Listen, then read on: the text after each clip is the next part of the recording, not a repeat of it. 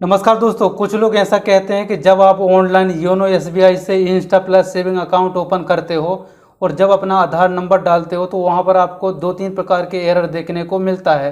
पहला एरर तो ये है कि रेसिडेंट ऑथेंटिकेशन फेल का, और दूसरा एरर है आपको इनेबल टू प्रोसेस का। तो कुछ लोग ऐसा भी बोलते हैं कि जो आपके आधार कार्ड में एड्रेस है उसी एड्रेस पर आपको प्रेजेंट रहना पड़ेगा, वहीं पर रह के आप अपना ऑनलाइन अकाउंट ओपन कर सकते हो। लेकिन ये बात 100% गलत है, रॉन्ग है, ऐसा बिल्कुल भी नहीं है।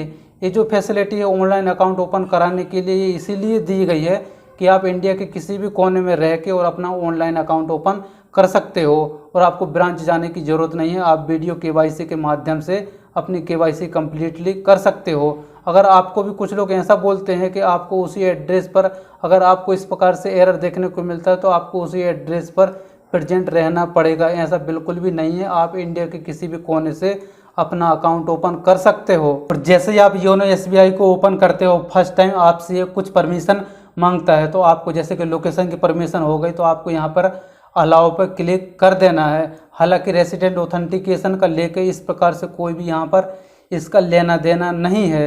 इसके बाद से आप क्या कर सकते हो कि आप जो भी अपना आधार नंबर डालते हो और आपके आधार कार्ड में जो भी एड्रेस होता है उसी एड्रेस के अकॉर्डिंग वहाँ पर जितने भी लास्ट में जितने भी ब्रांचेस लागू होती हैं पर लागू पड़ती हैं वहाँ पर आपको लिस्ट आ जाएगी। तो दोस्तों, कहने का मतलब है कि मेरा जो आधार कार्ड में एड्रेस है वो एमपी जबलपुर का है और जबलपुर के अंदर जितने भी एसबीआई की ब्रांचेस रहेंगी उनकी पूरी लिस्ट आ जाएगी और वहाँ पर मुझे किस पे अपना अकाउंट ओपन करना है, मुझे अपनी मनपसंद की ब्रांच सेलेक्ट करने के लिए आ रहा है। तो आप भी इस प्रकार से सिलेक्ट कर सकते हो।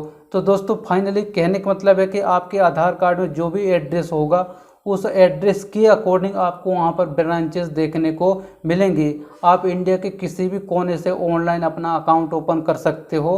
बिल्कुल भी ये रॉन्ग है कि आपको उसी एड्रेस पर प्रेजेंट रहना पड़ेगा, ये सरासर गलत है। आपको ऐसा करने की भी ज़रूरत नहीं है अगर कोई आपसे बोलता है तो। और अगर आपके मन में किसी प्रकार का कोई क्वेश्चन है, मन में कोई डाउट है या फिर किसी प्रकार का आपको एरर आ रहा है तो आप मुझे कमेंट्स करके ज़रूर पूछ लेना, या फिर आप मुझे इंस्टाग्राम में भी स्क्रीनशॉट सेंड कर देना।